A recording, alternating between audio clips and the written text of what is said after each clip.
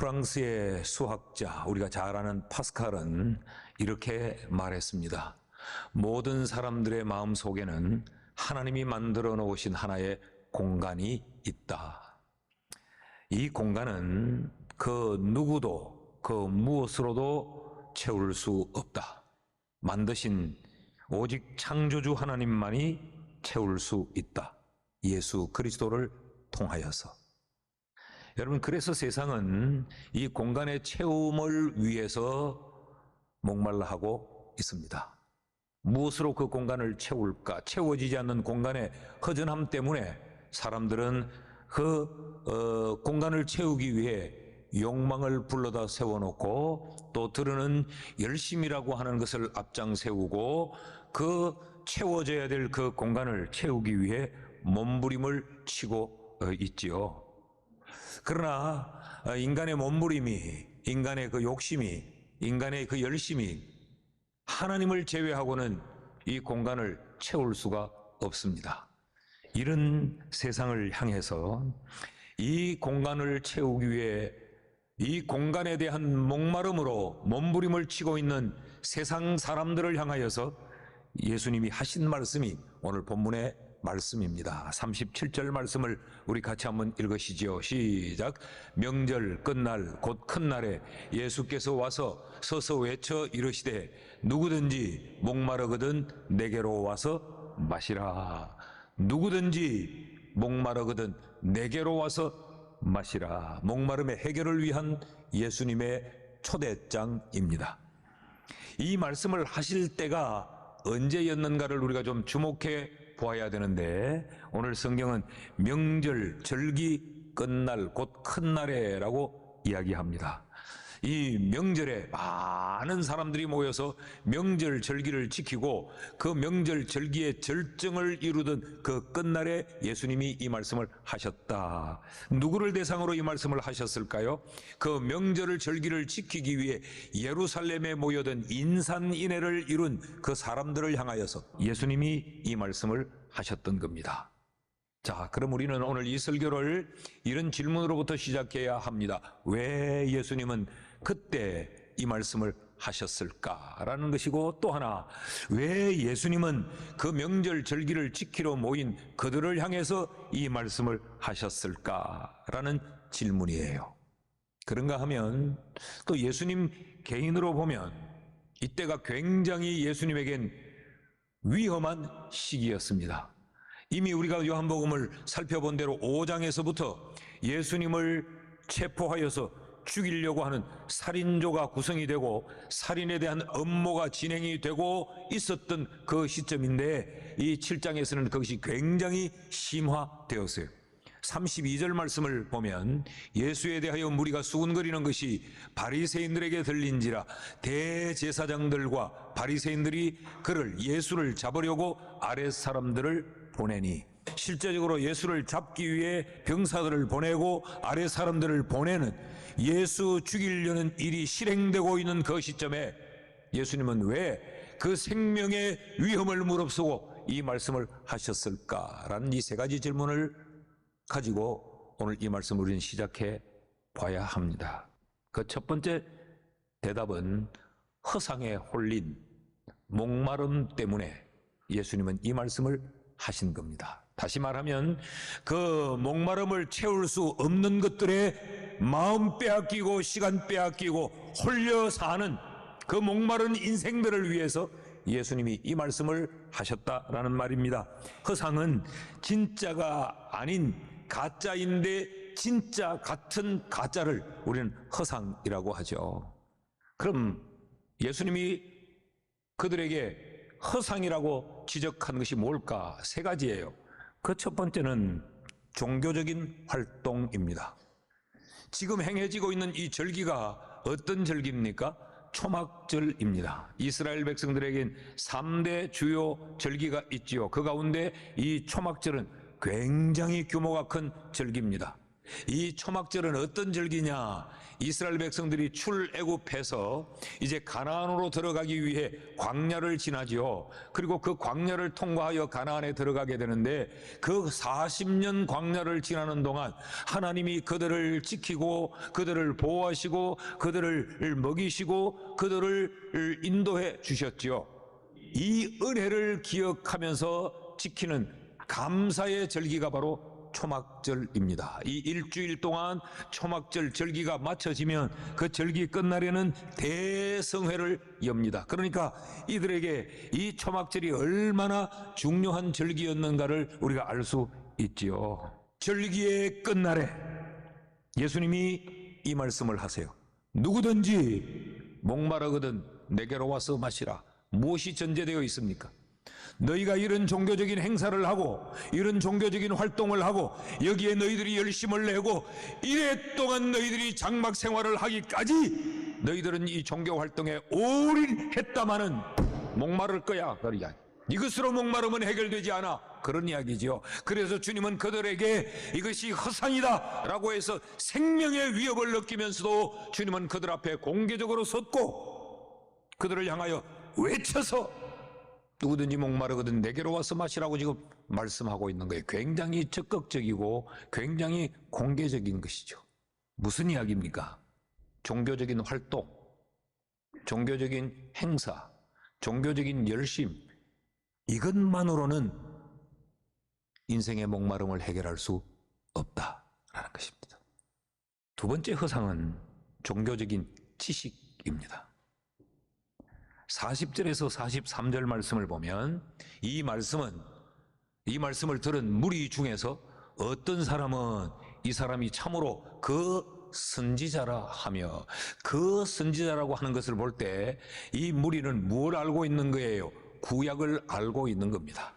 이미 구약에 예수 그리스도의 오실 그 예언이 되어져 있어서 혹시 그 선지자가 아니냐라고 지금 말하고 있는 거죠. 선지자를 안다는 이야기입니다. 또 어떤 사람은 그리스도라 하며, 여러분 그리스도는 아주 적극적인 종교적 용어입니다. 그리스도를 알고 있다는 거죠. 또 어떤 이들은 그리스도가 어찌 갈릴리에서 나오겠느냐, 성경에 이르기를, 이들은 성경에 박식한 사람들이에요. 성경에 말하기를 그리스도는 다윗의 씨로 말미암아 다윗이 살던 마을 베들레헴에서 나오리라 하지 아니하였더냐. 이들은 다윗의 후손으로 메시아가 오신다는 것도 알고 있는 사람들. 쉽게 설명하면 성경 공부 많이 해서 성경에 대한 지식을 잘 알고 있는 사람, 신학적 지식을 가지고 있는 사람들이었어요. 그런데 이들이 그 신학적인 지식과 그 종교적인 지식으로 이들의 목마름을 해결했느냐? 그렇지 못해요. 예수로 말미암아 무리 중에서 쟁론이 되니 그 중에서 그를 잡고자 하는 자들이 있으나 손을 대는 자가 없었더라. 이 지식이 쟁론을 일으킵니다. 여기 쟁론이라는 이 단어는 헬라어로 스키스마라는 단어예요. 스키스마. 그러니까 이 쟁론이라고 하는 것은 잡아 찢다, 그런 이야기입니다. 그래서 분열시키다, 잡아 찢어서 나누어짐으로 인한 상체기가 나다, 그 상체기로 인하여서 쓰리고 아픔을 의미하는 단어예요. 아니, 이 세상에 그런 지식이 평안을 만들고 행복을 만들고 사람에게 만족을 만들어야 되는데, 오히려 이들이 가진 이 종교적인 지식은 사람들을 더 아프게 하고 더 불편하게 하고 더 목마름을 심화시키는 그런 결과를 가져왔다는 것이죠. 그래서 예수님은 이들을 향해서 목마름이 해결되지 않았지, 내게로 와서 마시라 라고 지금 초청하고 있는 것입니다. 여러분, 종교적인 지식이 인간의 목마름을 해결할 수 없습니다. 예수님 당시에 영지주의라는 이단 사상이 있었습니다. 이 사상은 뭐냐? 인간이 지식으로 구원받는다. 그래서 많이 아는 이 알면 우리를 구원시킨다. 특별히 종교적인 그 지식은 우리를 구원 얻게 한다. 그래서 종교적인 지식을 학습하는데 굉장히 열정적이었어요. 그러나 이것은 잘못된 사상이에요. 예수 외에는 구원 얻을 길이 없는데 말이죠. 목마름 때문에 그래요. 목마름 때문에. 그러나 그렇게 습득한 지식이 우리를 배불려 주지 못합니다. 허상이기 때문에 그렇습니다. 또 하나의 허상이 있습니다. 그것은 권력, 힘입니다. 세상의 힘과 명예, 영향력, 지위, 이런 것들이 우리 인생의 목마름을 해결해 줄 수 있다고 착각을 해요. 45절에도 보면 대제사장이 언급되고 바리새인이 언급돼요. 이 대제사장, 바리새인은 종교 지도자들인데 그 시대는 이 종교 지도자들이 그 사회의 기득권이었고 그 사회의 지도자였어요. 48절을 보면요, 당국자들이나 바리새인 중에 그를 믿는 자가 있느냐? 그들의 심령이 목마름이 해결되지 않았다는 이야기. 예수님이 지금 그들을 향하여 이 말씀을 하고 계시거든요. 여러분, 세상의 힘은 사람 속에 있는 이 공백을 더 심화시킬 뿐이에요. 여러분, 오늘 우리는 어떻습니까? 교회에 다니고 있는 우리, 주일이면 모여서 예배하고 있는 우리는 어떤가요? 우리도 자칫 이런 허상들에 홀려 우리의 마음을 빼앗기고 살지는 않습니까? 이것을 예수님은 그들에게 일깨우기 위해서 둘째로 그건 허상이야, 실상은 나야 라고 하는 실상을 향한 깨달음을 주기 위해서 예수님이 지금 이 말씀을 하고 계시는 거예요. 37절 말씀을 다시 볼까요? 명절 끝날 곧 큰 날에 예수께서 서서 외쳐 이르시되 누구든지 목마르거든 내게로 와야 돼. 내게로 와서 마시라. 여러분, 이 말씀을 누구에게 한다고요? 그 종교적인 축제에 참여한 사람들. 그러니까 종교의 활동으로 안 돼. 그런 종교적인 지식만으로도 안 돼. 그건 허상이야. 내게로 와. 이 말은 무슨 말이에요? 예수가 실상이라는 것이죠. 예수가 진짜라는 것이죠. 이것을 깨닫도록 하기 위해 지금 예수님은 이 말씀을 하고 있는 것입니다. 여러분, 우리가 교회에서 무슨 찬양대도 하고 뭐 이런저런 활동도 하고 봉사도 하고 교회에 직분도 가지고 있고 그럼에도 불구하고 우리의 인생의 목마름이 여전하다면 우리는 예수를 붙들고 있지 않는 겁니다. 그저 예수에 관한 것들에만 마음을 빼앗기고 있는 거죠. 여러분, 예수님의 말씀에 귀를 기울여 보십시오. 요한복음 14장 6절에 뭐라고 말씀을 하시느냐? 예수께서 이르시되 내가 곧 길이요 진리요 생명이니 나로 말미암지 않고는 아버지께로 올 자가 없느니라. 나로 말미암지 않고는 그 목마름이 해결될 수가 없다. 너희들이 10,000가지 열심을 쏟아붓는다 할지라도 10,000가지 방법을 동원한다 할지라도 나 아니면 허상이야. 그런 이야기예요. 헛되다는 거죠. 목마름을 해결할 수 있는 그 길은 우리를 위하여 휘장 가운데로 열어놓으신 새로운 살 길인데 그 휘장은 곧 예수 그리스도의 육체니라. 예수 그리스도가 목마름을 해결할 수 있는 길을 열었다는 것이죠. 예수 그리스도 외에는 인생의 근본적인 목마름에 답이 없어요. 사람 바꿔보십시오. 장소 바꿔보십시오. 옷 바꿔보십시오. 머리 헤어스타일 바꿔보십시오. 차를 바꿔보십시오. 집을 바꿔보십시오. 직장을 바꿔보십시오. 우리의 목마름이 해결되는가? 여러분, 우리의 인생이 원웨이 티켓입니다. 한 번 간 것은 다시 돌아올 수가 없습니다. 우리가 가고 있는 이 원웨이의 그 끝은 죽음입니다. 그러니까 우리는 오늘 죽음을 향해서 한 걸음씩 더 다가가고 있어요. 근데 인생이 가는 그 원웨이 티켓의 그 끝은 결국은 파멸입니다. 이 인생을 어떻게 살아야 되느냐? 허상에 홀려서 살 수는 없어요. 예수 그리스도를 붙들고 살아야 합니다. 지금 주님이 그 말씀을 하고 계시는 거예요. 여러분, 예수를 붙들어야 우리 인생의 헤매이는 방황이 끝이라요. 예수를 붙들어야 우리의 인생이 허무하지 않아요. 예수를 붙잡고 살아야 참된 안식을 얻습니다. 그래서 예수님은 마태복음 11장 28절에 이렇게 이야기합니다. 수고하고 무거운 짐진 자들아, 이 수고는 어떤 수고일까요?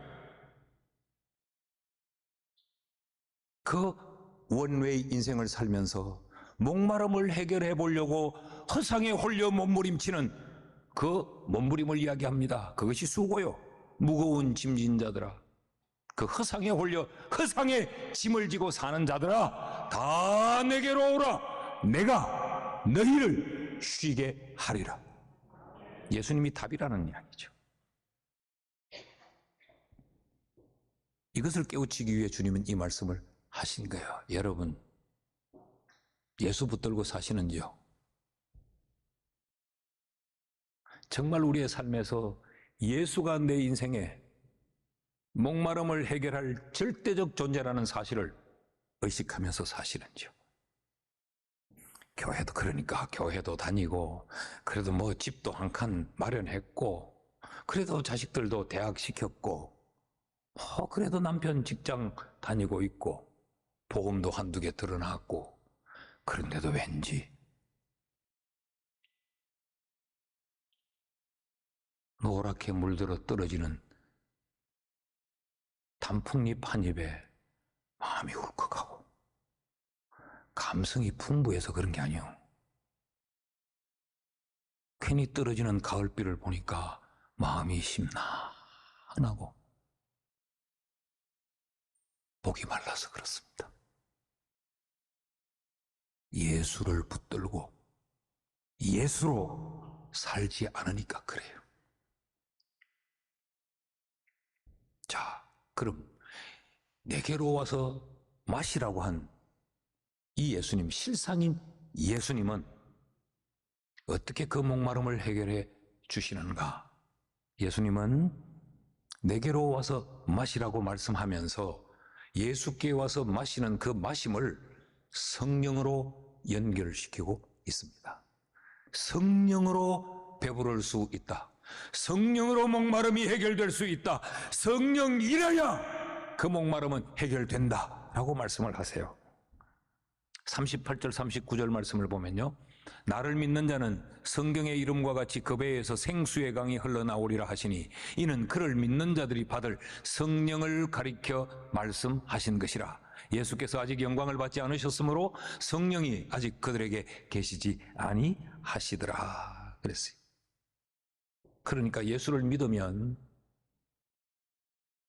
예수께서 우리 속에 성령을 주세요. 자, 이 말씀은 이런 이야기입니다. 예수를 믿고 온전히 예수로 사는 자는 내 속에 계신 그 성령께서 내 배에서 생수의 강이 흘러넘치게 만든다는 거예요. 근데 사람들은 허상에 홀려서 자꾸 밖에서 무언가를 따다가 이 공간을 채우려고 자꾸 한다는 거죠. 자꾸 사람을 따다가 채우려고 하고, 돈을 따다가 채우려고 하고, 인간의 지식을 따다 채우려고 하고, 종교적인 이런 활동을 따다가 채우려고 하는데, 예수님은 네 속에 믿음으로 말미암아 얻게 된 성령이 네 속에서 생수의 강이 흘러넘치도록 한다는 거죠. 이 사실을 지금 일깨워주고 있는 것이죠. 여러분은 성령을 아시는지요?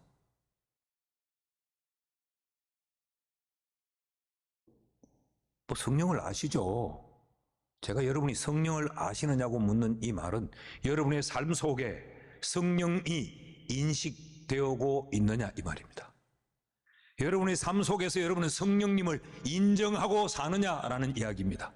여러분의 삶의 모든 순간에 여러분은 이 성령님을 높이고 성령님을 인정하고 이 성령과 의논하고 성령의 인도를 받고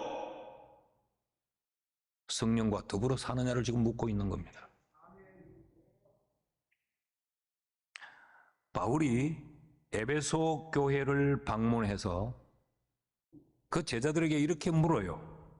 너희가 믿을 때 성령을 받았느냐? 그렇게 물어요. 사도행전 19장 2절 말씀을 보면 이르되 너희가 믿을 때에 성령을 받았느냐?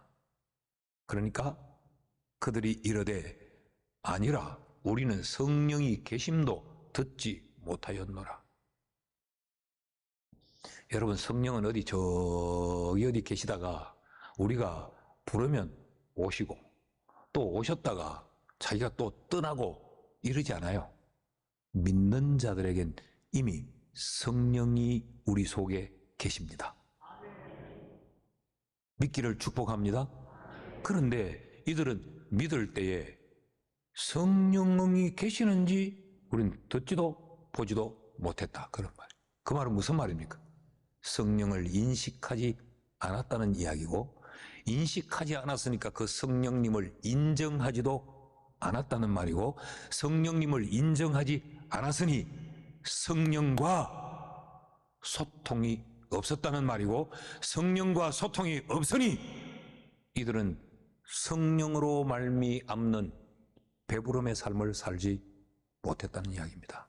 그러니까 예수를 믿어도 늘 목말라 했고, 예수를 믿어도 늘 허전해 했고, 목회하면 그런 모습을 많이 봐요. 처음 교회에 등록을 하면서 너무너무 황홀해해요. 목사님 너무 좋아요. 진짜 이제 예수 믿는 것 같아요. 이때까지는 신앙생활 뭐 했나 싶어요. 그리고 2년, 3년 막 열심히 하다가 어느 날 푹 죽어서 다녀요. 왜 그러냐? 목사님 허무해요, 산다는 게. 목사님 뭐 만족이 없어요. 기쁨이 없어요. 왜 그래요? 교회 붙들고 살았기 때문에 그렇습니다. 봉사 붙들고 살았기 때문에 그래요. 활동 붙들고 살았기 때문에 그래요. 그 기관 보고 야, 이 속에 들어가면 내게 좋은 일 있을 수 있지 않겠냐? 들어가 보니 전부 냄새나는 인간들 뿐인데 뭐 좋은 게 얻을 게 있겠어요? 그러니까 허탈한 거죠. 여러분, 우리 속에 이미 성령이 계십니다. 그 성령을 인정하십시오. 그 성령님을 높이십시오. 그 성령님을 경배하십시오. 그 성령님을 의존하십시오. 그리고 그 성령의 인도를 따르십시오. 그러면 우리는 그런 삶을 성령 충만한 삶이라고 말을 해요. 그 삶에는 여유가 있고 안정이 있고 만족함이 있고 평안이 있고 세상이 알지 못하는 배부름이 거기는 있게 됩니다. 우리 가끔 이런 말 하죠. 아이고 너무 좋은 일 있으면 뭐라고 말해? 아이고 오늘 밥 안 먹어도 배부르다. 그러죠. 밥 안 먹어도 배부르다. 그 말 무슨 말이에요? 밥이 아닌 다른 그 무엇이 나의 욕구를 지금 충족시켜주고 있다는 말이죠. 여러분, 성령으로 배부르면 물질의 부족함, 시간의 부족함, 건강의 부족함, 어떤 지위의 부족함, 이런 것들에 우리의 인생이 자빠지지 않아요. 제가 지난 시간에도 말씀드렸죠. 때를 따라 살라 하면서 크로노스의 시간만 지나가는 사람은 늘 불안하고 초조합니다. 늘 내가 지금 나이가 벌써 40이 되어 가는데 아이고 내가 지금 벌써 40이 넘었는데 이렇게 살다가 되겠나? 어디 빨리 한 놈 찾아야지. 너무 바빠요. 내가 빨리 뭐 어디 한 자리 꽤 차고 이제 좀 내가 그 자리를 눌러야 앉아야 되는데 늘 불안하고 늘 초조합니다. 그러나 하나님의 때, 카이로스의 시간을 사는 사람은 하나님의 때가 있기에 초조해하지 않습니다. 낙심하지 않아요. 똑같은 이야기입니다. 예수를 붙잡고 성령으로 말미암아 삶을 살면 시간이 흘러가도 가난이 찾아와도 육체가 병들어도 내 눈앞에 내일이 뿌연 안개처럼 가려워져 있다 할지라도 두려움을 이기고 불안을 이길 수 있습니다. 왜요? 내 배에서, 그 말은 내 속에서 생수의 강이 성령으로 말미암아 흘러 넘치기 때문에 성령에 종속되면 상황이 아무리 식은땀이 나는 상황이 올지라도 우리는 거기에 휘둘리는지 않아요. 성령으로 말미암아 배부른 삶을 살 수 있게 됩니다. 이 말씀이 다시 한번 우리의 신앙생활을 돌아보고 내 신앙의 현주소가 어딘지를 다시 한번 확인함으로 예수 붙잡고 성령으로 말미암아 목마름을 넘어서는 배부른 만족한 삶을 살 수 있기를 주의 이름으로 축복합니다.